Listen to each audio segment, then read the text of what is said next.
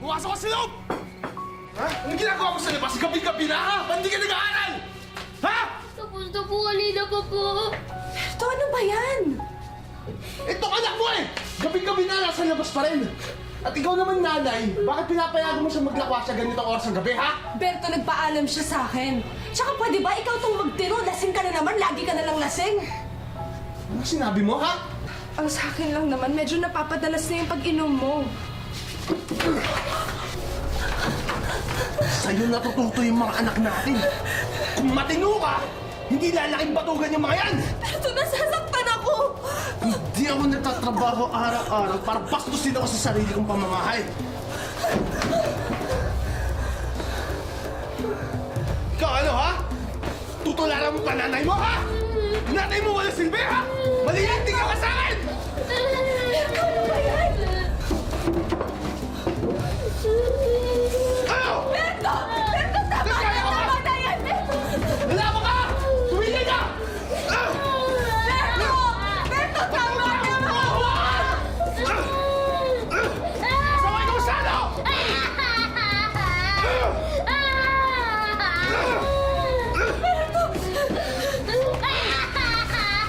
Sige! Tuloy mo! Magkakamatayan tayo!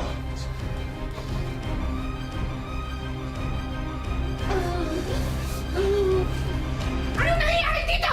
Berto, itiwan mo yan! Junior! Junior! Ano ginawa mo sa anak mo? Joanna! Dali natin sa ospital! Junior!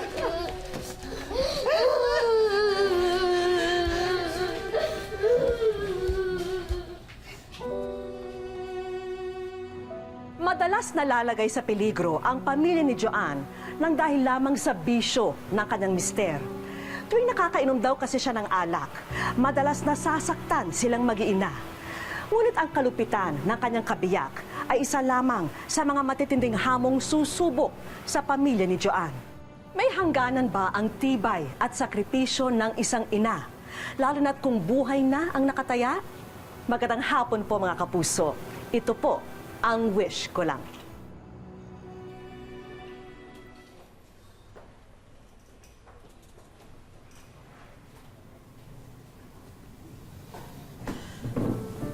Ang kapal na mukha mong magpakita dito? Ano? Nahimasmasan ka na? Tignan mo ginawa mo sa mag-ina mo. Nay, nakainom lang po. Nakainom? Gawain ba yun ng mabuting asawa? Halos mapatay yung mag-ina mo? Nay, pwede ko ba kami na lang ni Jonah mag-usap? Anong away ng kasawa? Tignan mo anak mo! Tignan mo! Minsan mo pang sakta ng anak ko. Ako na magpapakulong sa'yo.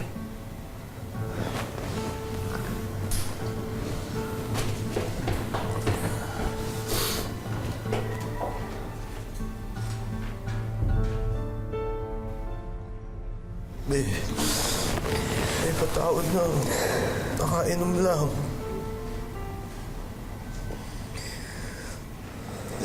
Hindi na maulit. Pangako. Pangako. Ganyan ka naman parati. Lagi ka na lang nangangako. Hindi na ako iinom. Patawad na. Patawad. Huwag kang humingi ng tawad sa akin. Humingi ka ng tawad dyan sa anak mo.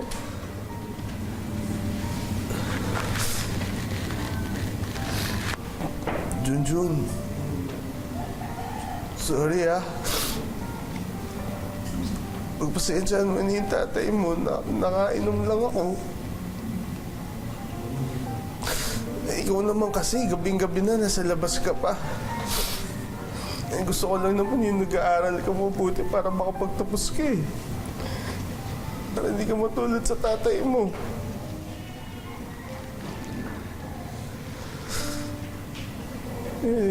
Tawad na.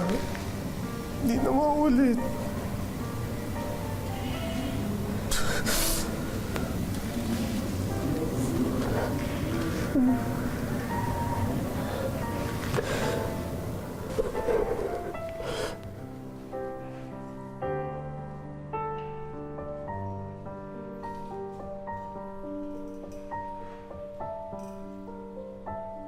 Tagal eh. Signe. Itong pulutan nyo? Oo. Pwede yan. Ano ba rin parang Berto? Brad, tagal natin di nagkakainuman. Tara, siya tayo. Sige lang mga pare. Oo, papagood shot ako kay Mrs. eh. Alam niyo naman. Ayun na lang. Sige, mauna na ako ah. Si Saya pala't si pare oh. Tagay tayo. Sige na, parang Berto. Sige na pare, isa lang. Tagal na natin di nagkainuman eh. Bira na tayo magharap-harap. Minsan lang yan, oh. Saglit lang yan. Sila tayo magkaharap-harap eh. Buritong pa. Oo, isang shot lang pare. Sarap.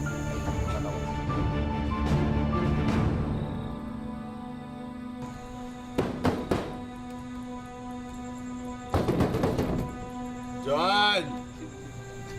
Buksan mo nga ang pinto! Leche! John!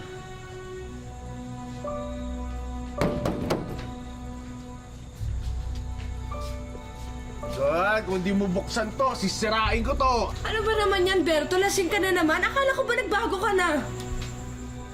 Kung di mo buksan tong pintuan to, mas lalo kang malilintik sa akin. Sige! Sige, subukan mo. Talagang ilalayo ko yung mga anak natin sa'yo. Ano, ha? Huwag mong ilalayo yung mga anak ko sa akin, ha? Kundi, makakamatayan tayo! Buksan mo to! Mga bata, gising mo na kayo. John!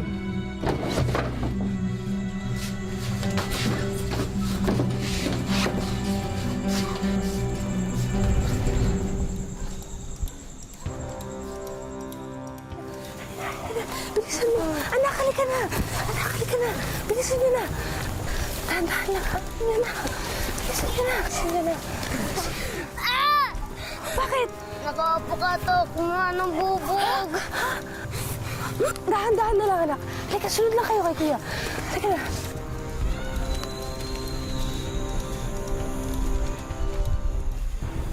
John!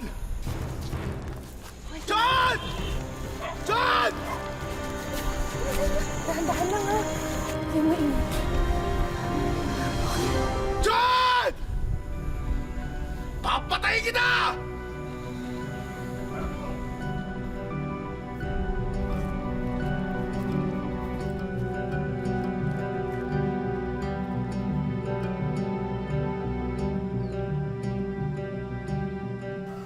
Hindi! Dapat marinig nila. Kailangan nilang malaman kung gaano kademonyo yung tatay nila. Nay, nang ako naman na siya na magbabago na siya. Nagbago ba siya? Ano? Kinakausap kita. Nagbago ba? Joanne, yung asawa mo, habang buhay na yan na magiging lasinggero.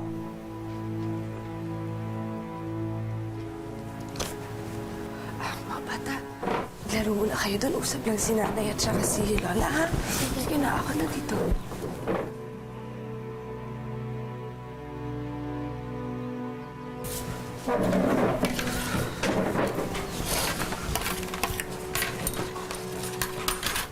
Anak, nakikiusap ako sa'yo. Hiwalayan mo na yung asawa mo. Alam mo, natatakot ako, Diyos ko. Baka isang araw, may mas mangyari sa inyong mag-iina. Nay, ayoko naman lumaki nang walang tatay yung mga anak ko.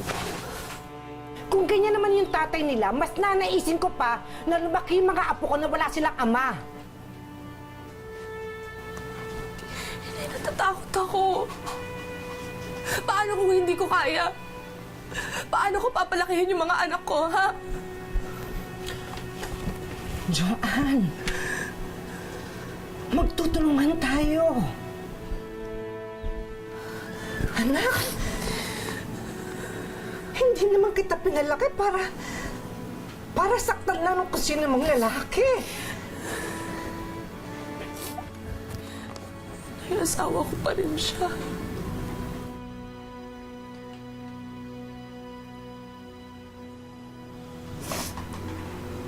Magandang hapon, ho. Pwede ko ba makausap si Joanne?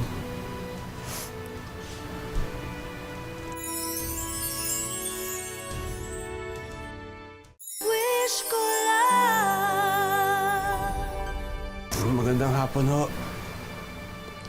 Pwede ko ba makausap si Joanne? Yan na. Yun na yung demonyo mong asawa. Pag sumama ka pa sa kanya, ikaw nang may problema sa utak. Diyos ko, Joanne.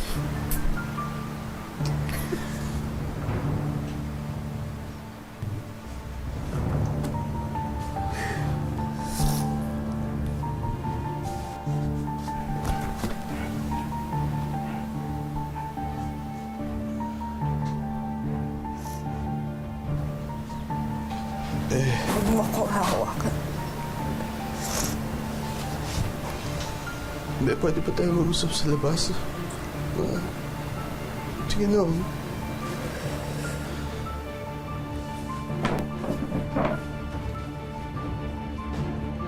Berto, hindi ko na kaya yung ginagawa mo eh. Dahil dyan sa pag-iinom mo, kami ng mga anak mo yung napipiligro. Tawad na, be. May nakaaway lang naman kasi ako ng araw na hindi kaya ako nang patagay eh. Magpaalissinis ba? Maayos naman tayo, di ba? Oo, maayos, oo. Uli ng ama kasi ke. Pero kapag nakakainom ka, yung masamang espiritu ng alak na yan, sinasapian ka eh. Be, hindi ko alam yung ginagawa ko. Alam mo yun. Yun na nga. Hindi mo alam kung anong ginagawa mo. Hindi mo ba nakikita na sinasaktan mo kami? Hindi mo ba nakikita na ako sinasaktan mo ako, Berto? Ha? Dahil dyan sa ginagawa mo, sinisira mo yung buong pamilya natin. Pangako. Pangako. Ayan ka na naman sa mga pangako mo. Ilang beses na yan. May patawarin mo ako. Ngayon totoo na. Ngayon susubukan ko. Subukan, Berto. Gawin mo. Gagawin ko. Pangako. Gagawin ko. Hindi na ako iinom ulit. May, hindi ko kaya mawala kayo sa akin. Hindi ko kakayanin yun. Kailangan ko kayo. Mahal na mahal ko kayo. Huwag kaya alis. Patawarin mo ako.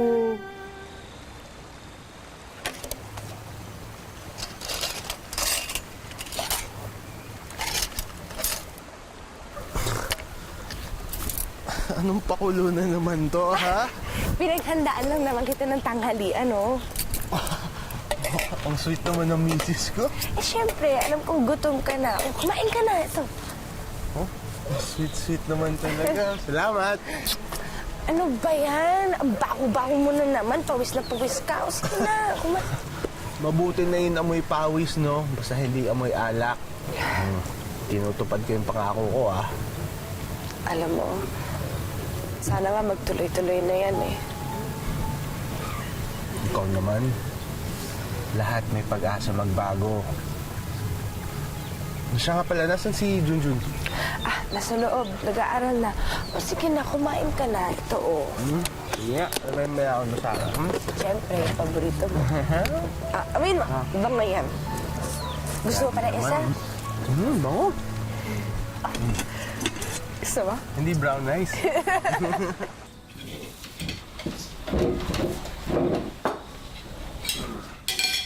Sarap. Saan ka pupunta? Gabi na. Sa labas lang. Iinom ka na naman. Sus naman, oh. Nangako na ako sa'yo, di ba? Hindi ako iinom. Bibili lang ako ng sigarilyo. Kabalik din ako agad, ha? Sige, ingat ka, ha?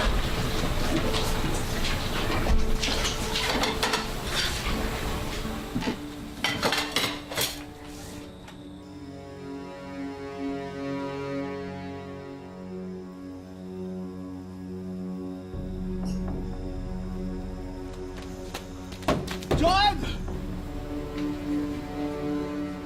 John! John! Ano ba yan? Nangako na siya eh. John, tulungan mo ako!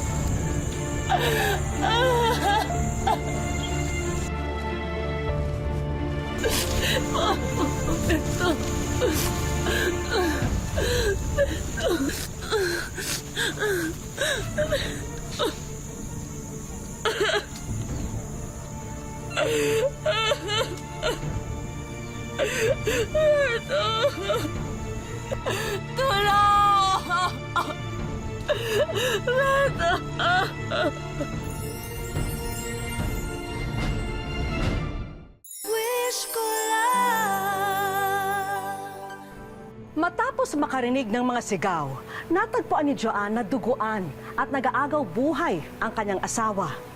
Ito na nga ang simula ng isa pang matinding kalbaryo na kakaharapin nilang mag-anak.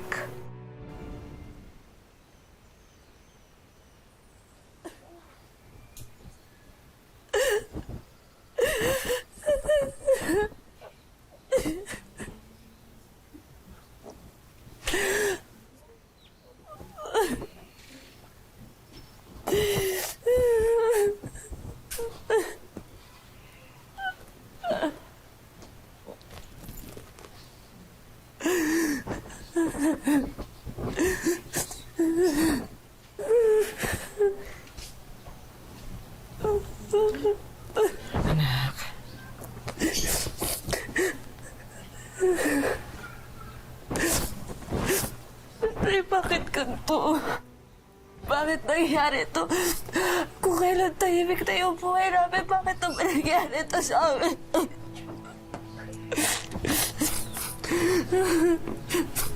Anak, siguro mas mabuti kung doon na lang muna kayo sa akin.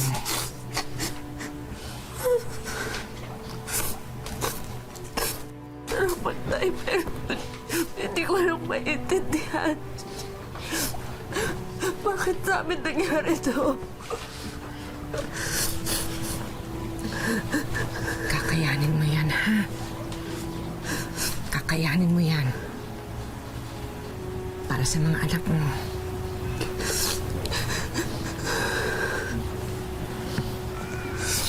Anak, hayaan mo. Iniimbestiga na ng mga pulis yung kaso. Ang mahalaga ngayon, ang importante, yung kinabukasan niyo.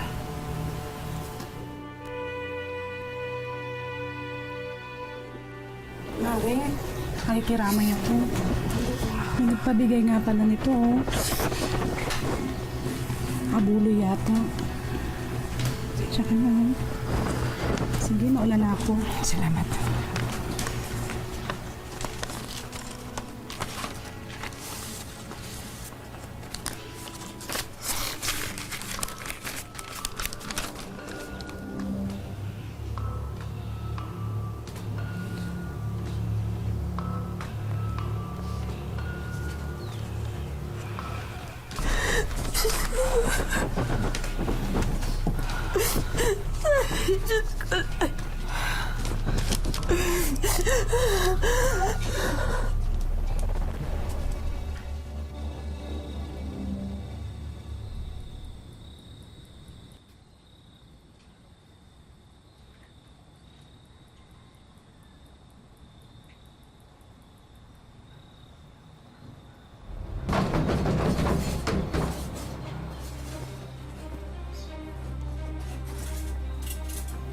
Sino yan?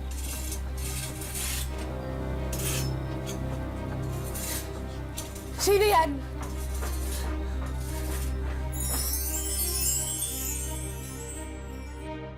Wish ko lang. Kung sino man kayo, umalis na kayo! Kung hindi kayo umalis, tatawag ako sa barangay!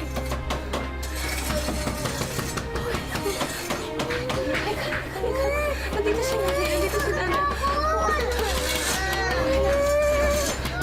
Tulong! Mga kapitbahay, tulong!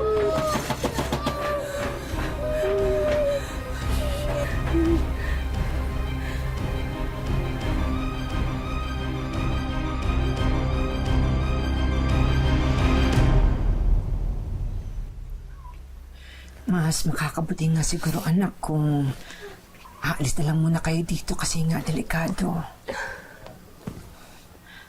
Ano bang sabi ng mga biyanan mo na iiwan mo sa kanila yung mga bata? Mahal naman po nila yung mga apo nila eh, kaya sang-ayon naman ho sila na iwan ko muna yung mga bata sa kanila. Pero Nay, hindi ko na alam kung ano yung dapat kong gawin. Lahat ng mga pangarap ko para sa mga anak ko, sa asawa ko. Ang gulo-gulo na ng buhay namin, Nay. Pati kayo natatamay na. Nay, sinisisi niyo ba ako?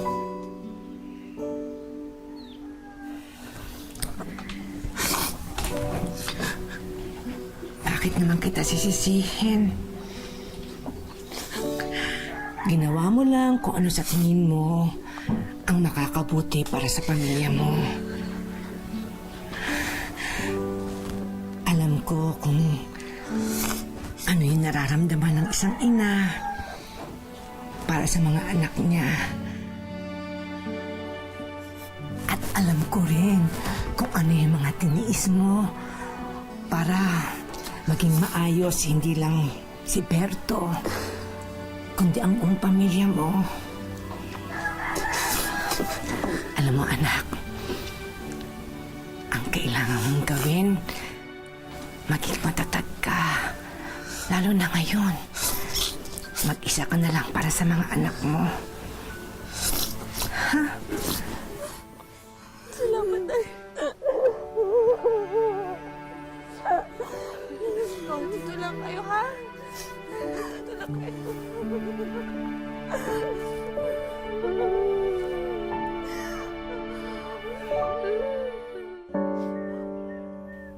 Sa bayan ng Labason sa Zamboanga del Norte, nakatira ang magkakapatid na Junjun, Janjan at Jongjong.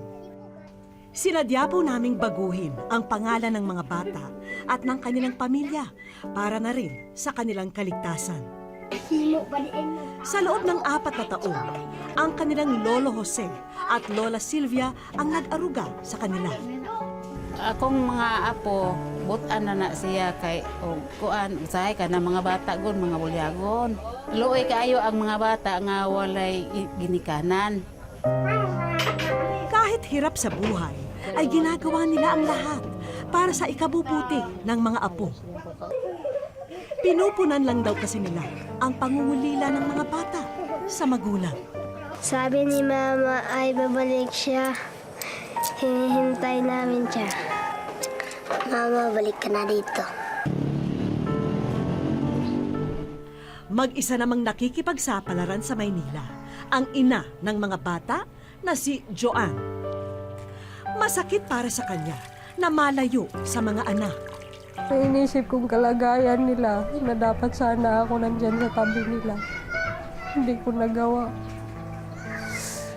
Kasi natalo ako sa takot na baka madamay sila.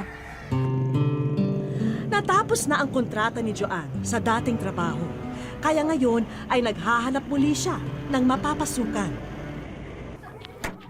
Plano niya kasi na makuha na ang kanyang mga anak. Kaya kailangan niyang mag-ipon ng husto. Mahal na mahal ko kayo. Gusto ko kayo kasama ulit. Kahit wala na ang ama ninyo. Pangarap ko talaga na lumaki sila sa akin. Lumaki sila na ako yung mag-alaga sa kanila. Sa araw na ito ay may hatid kaming mensahe para kay Joan.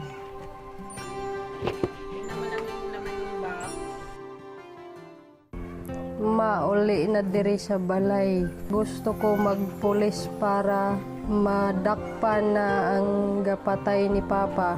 Pag uwi mo, bilhan mo ko ng laruan, makaon, ice cream, nilas. Miss na miss ko na rin sila. Tsaka gusto ko rin silang makita. Gusto ko rin silang mayakap. Kasi matagal ko na rin pinangarap na mangyari yung magkasama kami ulit.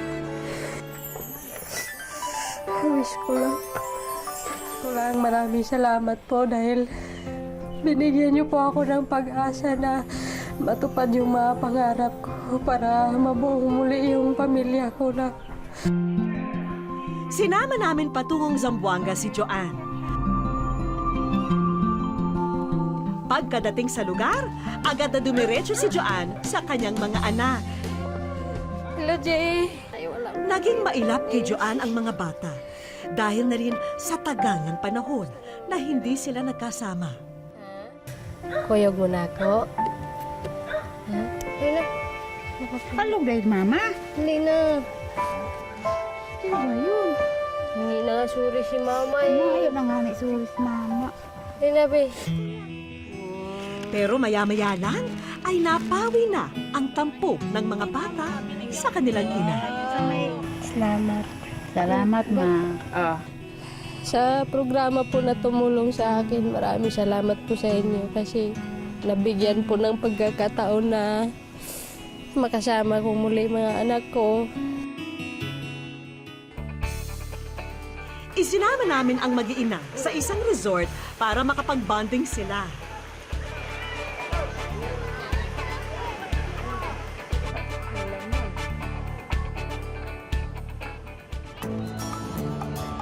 Marami ang nakahandang sorpresa sa araw na ito, kaya't ituloy-tuloy na natin. Sa isang theme park naman sila dumayo at habang namamasyal dito ay may mga sumalubong sa kanila. Junjun, Janjan, Jongjong, para sa inyo ang mga laruan na yan. Ganda! At may kasunod pa, isang kahon na puno ng mga damit pangbata.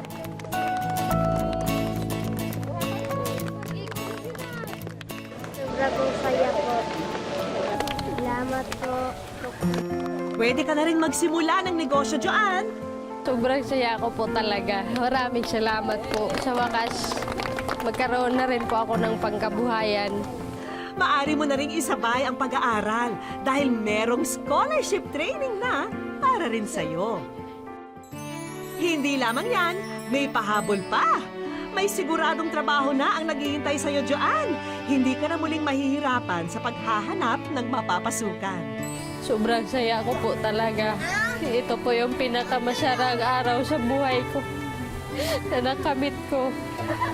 Yung mga pangarap ko na akala ko hindi magkatotoo. Lungkot man ang bumabalot sa kanilang pamilya noon. Ngayon, maaari na silang bumuo ng bago at masasayang alaala. Ipinamalas ni Joanne na walang hindi kayang gawin ang isang ina. Mapabuti lang ang buhay ng kanyang pamilya. Dasal namin na sana ito na ang simula ng katahimikan na matagal-tagal nang inaasam ng mag-iina. Hanggang sa susunod na Sabado mga kapuso, ako po si Vicky Morales at ito ang Wish Ko Lang.